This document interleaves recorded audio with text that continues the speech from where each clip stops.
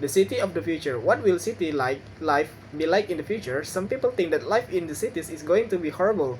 They predict that cities will become more and more crowded as the number of people increases. There will be less space for each person. This overcrowding will cause other problems, more crime, dirtier streets, and worse problems with traffic than we have now. What will people find enough drinking water, energy such as gas and electricity, and housing? Because life will be hard. People who live in the city will worry more and they might become sick. For this reason, some say that nobody will want to live in urban areas. How can we solve problems overcrowding, crime, and traffic? In some cities, thousands of people are already sleeping in the street because there is so little suitable housing and because rents are so high. The crime rate isn't going down, instead it is increasing so fast that many people are afraid to go out at night.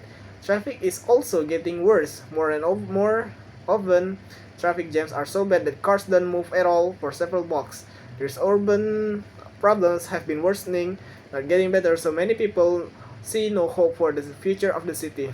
Los Angeles, California, for instance, has no subway system and the buses are so slow. Instead, most commuters drive many miles from their work to work. Many of these drivers spend several hours each day on busy freeways. New York, by contrast, has a mass transit system, buses, commuter trains, and subways.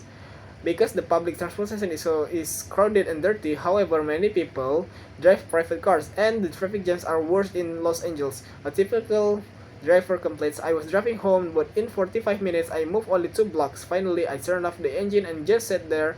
A lot of people left their cars where they were in the middle of the street and went into a bar for a few beers. On the other hand, some cities have clean, fast, and pleasant public transportation system. In Paris, France, and Toronto, Canada, for example, anyone can use mass transit to move quickly from one part of the city to another. Some city planners believe that each city is unique. In other words, that because of cultural differences, one city cannot copy a solution to a special problem from another, but others feel that city can learn from one another, and all people believe in the horrible prediction for cities in the future. Instead of they feel that they can solve present urban problems and prevent future ones. The disadvantage of any modern city are not unique to that city. That is, cities all over the world have to solve problems of traffic jams, crime, housing, energy, drinking water, and overcrowding. Yet many cities have found answer to one or more of these difficulties. Some European cities, such as Stockholm, Sweden, or London, England,